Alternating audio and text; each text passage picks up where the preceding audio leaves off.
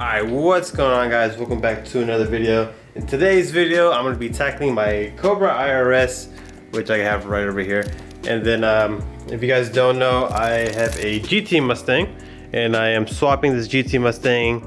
I'm swapping the live axle out of this GT Mustang to a Cobra IRS. And the reason why I am doing this swap is because I don't want my Mustang to be a full-on drag car. If you're doing a drag car, then I recommend sticking with the solid axle. It's actually a better choice than the IRS. But I will be doing some drag racing, not too much. I'm more of like a autocross / drifting type of guy, so going around the corner type of guy. So I will be swapping the IRS into my car. So basically, for the IRS, the huge problem with them is wheel hop. They have crazy amount of wheel hop, like from the factory. It's because of all the rubber bushings. So I'm going to be swapping all the bushings out for polyurethane bushings, which I have right over here. So in today's video, I'm going to be doing the subframe bushings. As you can see, I already went ahead and took out 2 of them, but I have not done the other 2, so I will show you guys how to do that. Also show you guys how to press in the new bushings, which I have right over here. And I also got the Cedar kit. One cool thing about the Cedar kit is they have a low profile bolt. What this basically is for it's for clearance if you want to run like a really wide tire. I don't know if I'm gonna have the issue, but I think just as a safety, I went ahead and got this kit just to make it a little bit more convenient if I run into that issue. But yeah, let's go ahead and get into the installation. Okay, so for for removal, I went ahead and bought this tool. I got it off, I think, LMR, but it's just a Cobra IRS subframe removal tool. I'll go ahead and link it in the description if you guys want to go ahead and purchase this. It's gonna make pulling the bushings out a lot easier. I don't even know how the hell you would get it out without this tool, but that's why I went ahead and bought it. But basically, it comes with this piece right here. So it comes with this rod. You go ahead. I'm gonna go ahead and show you guys how to assemble it onto the subframe, and we'll go from there. Okay, so now for setting up the tool, what you want to do is get the cup. There's gonna be on the subframe. There's gonna be like a little lip right here. You want to put it on the side of the lip, and it's gonna press out the way towards the lip, the way I'm pointing. So then after that, you want to grab the big washer. The big washer is going to be on the cup like this. And then you want to grab the bolt. I already went ahead and put one nut on one side. This is going to go through. And then in between the subframe, it's going to go through the little metal rod right there. And sometimes this want to budge, so just slightly tap with the hammer and it'll go all the way through.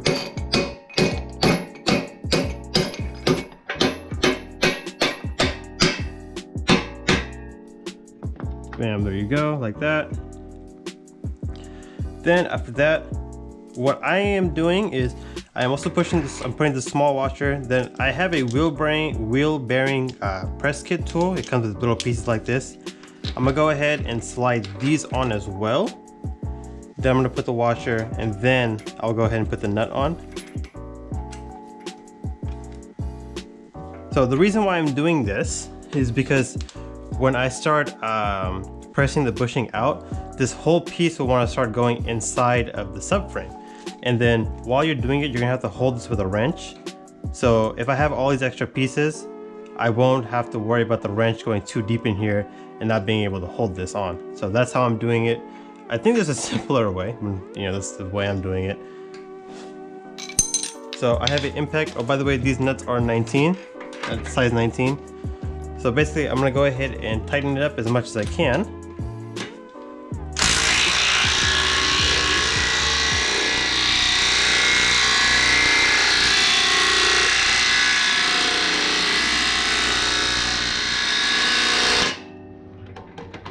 Okay, and then this is if you don't have an impact, you can always use an open wrench and just do it that way. But as you can see, the bushing started to press in. So usually I use my small impact just to kind of tighten it up really, or snug it up really well. Now I'm gonna go ahead and grab my big 1/2 inch impact, and then I'm gonna go ahead and press it out with this. Okay, so like I was saying, I tightened it with the small impact. Now I have the big 1/2" impact. And then basically I'm just gonna keep tightening. The nut is gonna go ahead and press all the way in, pushing the bushing all the way out into here. And to make it just a little bit easier, I'm gonna go ahead and grab the torch and I'm just gonna heat up this area. What that is gonna make it do is gonna wanna make it slide out a lot easier.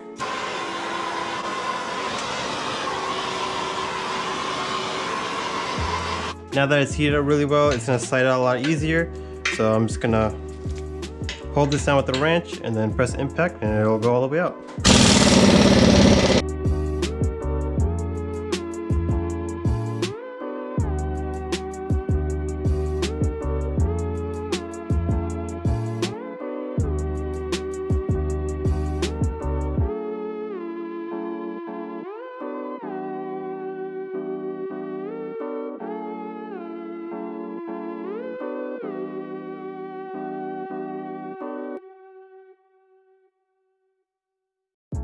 So now that I can see the nuts right here, the bushing is probably like somewhere around my finger. Maybe it's all the way out, I'm not too sure. But what I'm gonna do is I'm gonna go ahead and remove the tool and then I'll be able to hammer the rest of it out because it's so far out already. It'll be really easy to hammer out compared to when it's all the way in. So let me go and take it out now. God damn, okay. So it looks like the tool is all the way, not the tool, but it looks like that the bearing came all the way out. So I can go ahead and remove this all the way. And yeah, it looks like the bushing went ahead and came all the way out. And like I said, it comes out in pieces. So I'm gonna have to clean it out. Also, my tool got stuck in there, which is not a problem. I can just hammer that out. So yeah, inside the bushing right there, just, not the bushing, but inside the subframe, there's still a lot of like debris and not debris, but pieces of the bushing still in there.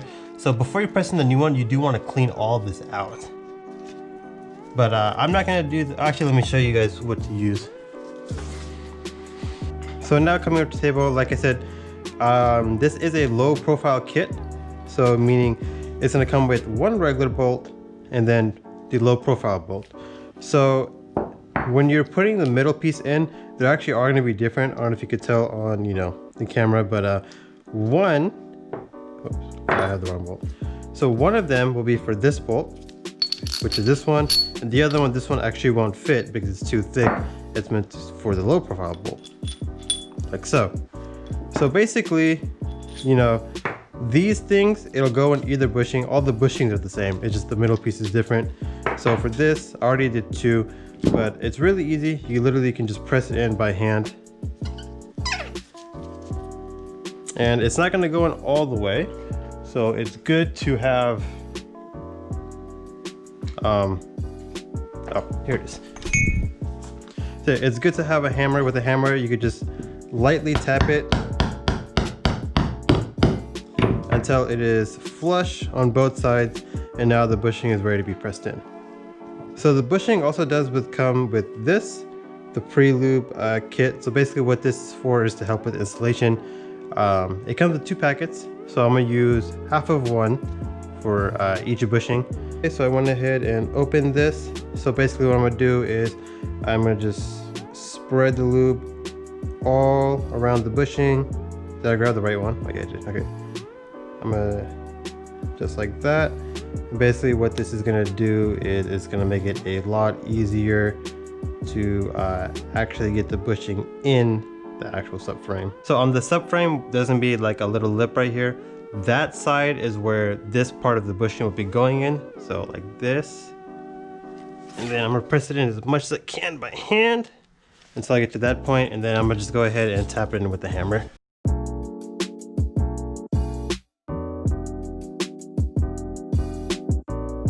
Okay, so there you go. That is finished product of the new bushing.